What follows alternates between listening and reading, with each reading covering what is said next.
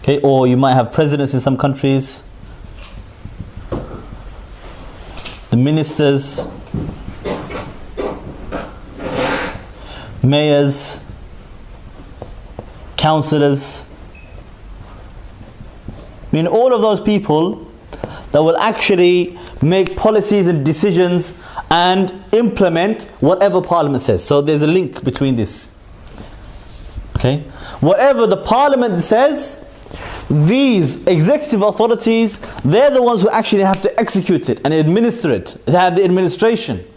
They have no choice except to implement what the law says, what the Parliament says.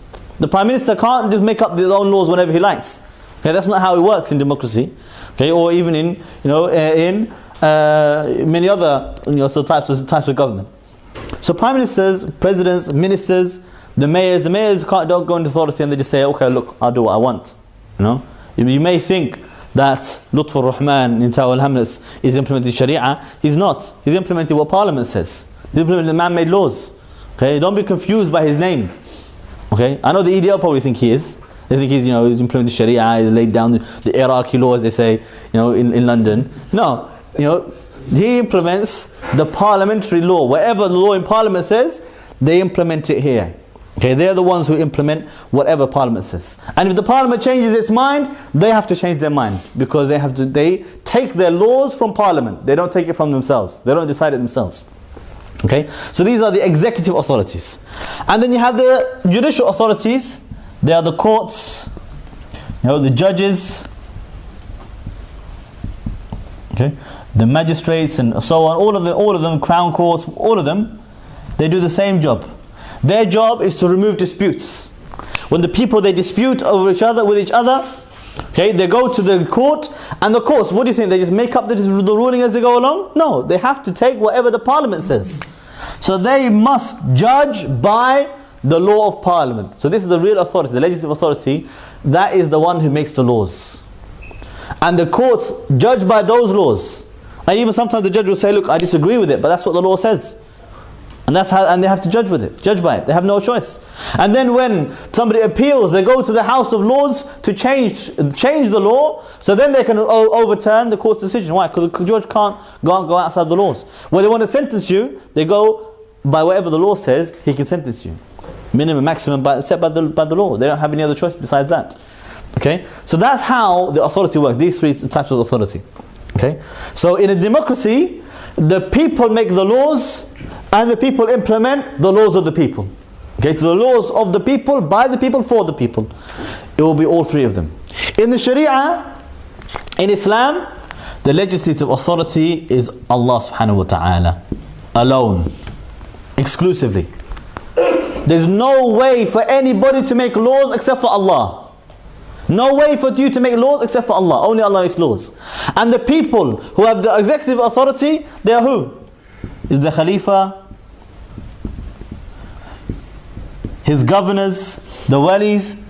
Okay, you can have the emirs of whether of jihad or any other executive authority, whoever they are, amil, whatever position they have in the state, they will implement only the laws of Allah subhanahu wa ta'ala. Also, وَأَنِحْكُمْ بَيْنِهُمْ بِمَا أَنزَلَ اللَّهِ وَلَا تَتَّبِعْ أَهْوَاءَهُمْ.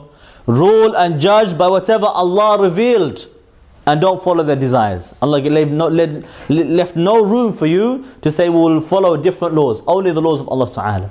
And He said, be careful of them in case they divert you from even some of what Allah revealed. Don't leave any part of what Allah revealed for the people. So you have only one choice, to rule by what Allah revealed. You take Allah as a legislator. Okay? The whole concept of democracy is shirk from its roots. Because He said, no, there is no Allah involved in legislation. As far as democracy is concerned, Allah has got nothing to do with it. It's only the people. They want to say that not any al-hukmu illa lillah, that is not, the right legislation is only for Allah. This is no, the right to legislation is only for what? For ash-sha'ab and nas, for the people. That's what they believe. Whereas in Islam is opposite. And in the Sharia we have as well courts. And we have judges. Okay, whether it is judges of the normal courts or of al-madhalim or the hisbah, whatever it is, all of them, they are judges that will judge in their courts to remove the disputes of the people according to what Allah revealed alone. Okay, so there's a difference between democracy and Islam and Khilafah system. So what are we choosing and selecting in these elections? Because people will say, we have elections for a Khalifa. Is allowed to have an election for a Khalifa, because this is Sulta Tanfidiyya. Human beings can have this type of authority. Okay, you can even have a little vote if you wanted to, really, for a judicial authority for a judge, but that's not really how it's done. The Khalifa appoints it and that's it, finished. Okay, but yes, these are human positions. Human beings are allowed to be, judges are allowed to be, in authority, executive authority, as long as they rule by whatever Allah revealed, or judge by whatever Allah revealed. But this, it is the role of the Creator. That belongs to the Creator. Okay, this is Allah subhanahu wa ta'ala. What these two are doing by going to the laws of this authority is worship. Okay, so they are worshipping. Okay, when you judge by this law, you are worshipping the one who made that law. When you rule by this law, you are worshipping the one who made these laws. That is ibadah. That is the worship. That is the tawheed. So the Muslim, we understand, this is the Lord, the Creator, and these are the creation, the worshippers. So when the democratic elections coming up in May, they are saying to you, let's choose the Lord for us to worship. Let's choose the Lord for us to legislate the laws for us, for our society. They're saying to you, choose your Rabb. Who is your Rabb that you want? Do you want your Rabb to be Labour MP or Conservative MP or Liberal Democrats MP or Respect MP or whoever? Whatever, it doesn't make any difference to us. Okay? It doesn't make any difference to us. What they're basically saying to you is, if you worship me, I'll give you a mosque. And he's saying to you, if you worship me, I'll give you 2 mosques. And the other one saying, if you worship me, I will still fight against the Muslims in Iraq. So they say to you, Akhi, which one's the lesser of the 2 evils? They are all shirk. They are all tawaghit. They are all shaitan. Okay? And I'll just finish this talk inshallah with one analogy for you. One simple analogy. Sometimes, the people, they understand matters when it's brought back to their own fitrah, so they can understand it easier. And I used this example before, and I'm sorry for that I have to give this example, but sometimes you can only use the example that will have impact on the people. Imagine we were living in a time and a strange place with a strange way of life around us in Darul Harb and Darul Kufr, okay, where the community is ruled by gangs, okay, bunch of gangsters, and they're all pimps and drug dealers, okay, and you have the red gang, and you have the blue gang, and you have the yellow gang. It's not too far, from reality. There probably is a red gang and a blue gang, but this one in particular, red gang, and a blue gang, and a yellow gang, okay, and every 5 years, what they did in order to stop all the bloodshed, because there used to be fighting and war between these gangs.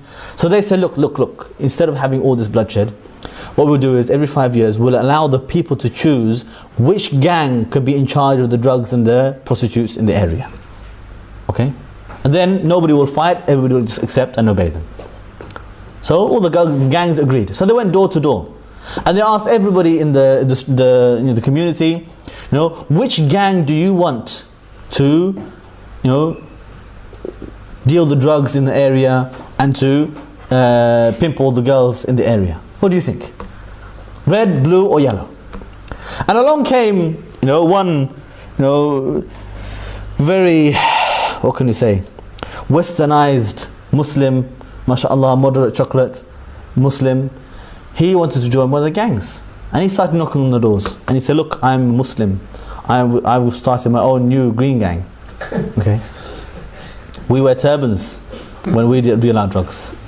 Okay, and so look, we want to come to you, we offer you a better way. Look, I promise to you that if you vote for us, make us in charge of the drugs and the prostitutes, then we will never hire any Muslim girl. And we will never deal drugs to any Muslim. And we'll take it all away from the Muslim areas, away from the mosque, and we'll go and deal drugs to the kuffar only. What do you think? Will you vote for us? Is there anybody that would dare give you the fatwa and say, yeah, choose the Muslim, tell him, you go and deal drugs, mashallah, brother? Do you think they're going to give you that fatwa? You think that's allowed? You think anybody with any common sense will say to you, no. What you do is, you remove all of those gangs and say, nobody's going to dare deal drugs in our area. Because we have, mashallah, Muslim patrols, they're going to remove all of you. That's what you want to do. Okay, that's what you want to do. And the strange thing, people make all the excuses for the shirk. And they say necessity, but we have no choice. And the haram becomes halal because of necessity. And because of the lesser of the two evils. And because of the maslahah. And because of all these problems. Therefore it becomes halal. Okay? The only thing that doesn't become halal is the jihad. Why is the jihad not halal? They said to you, this is the only way that we can have a say in politics, the say in authority, and to remove the evil of those kuffars, those really bad, evil kuffar. Okay, well the mujahideen, they did something, to remove that evil of those authorities as well. They took charge and declared khilafah. What was wrong with that? What's wrong with that? They said, no, it's khuruj, it's haram. Even if you say it's haram, I thought you said necessity makes haram halal. I thought you said all of that maslahah makes even the haram and the shirk and the kufr halal. Why not the jihad? Jihad was never haram in the first place. Okay. This man is Sheikh Haytham Haddad. He said in the video that they were doing something wrong by revolting against their leaders, their rulers.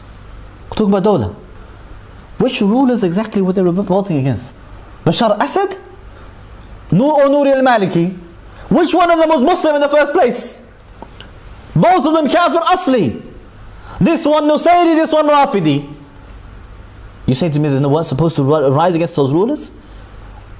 Even though you say to me it's allowed to vote for some mushrik Jew or Christian in order to remove the harm of another Jew or Christian. But they're not allowed to take authority by jihad and remove all of their harm of the Nusayri and the Rafidi by establishing Islam. Not establishing some lesser kufr. No, establishing Islam. You say to me that's haram? And that's baghi and that's khuruj and they become deviant, they become sinners. And you're not allowed to support them, not allowed to help them, and you're obliged to fight them. Is that what you're saying to me? Some complete, back to front fiqh. Complete back to front, upside down, and they think it is Sirat al-Mustaqim. It's not. It is misguidance. The whole idea of compromise with Islam, commit the kufr, commit the shirk, adopt and imitate the mushrikeen in their own deen, in their own religion, in their own kufr, in order to get a little bit of maslahah, that is hypocrisy, is being two-faced, and it is compromising the deen of Allah, and it's complete bid'ah as a minimum, and deviation and misguidance, and kufr as well in the highest regard. Wa akhir da'wana alhamdulillahi rabbil alameen.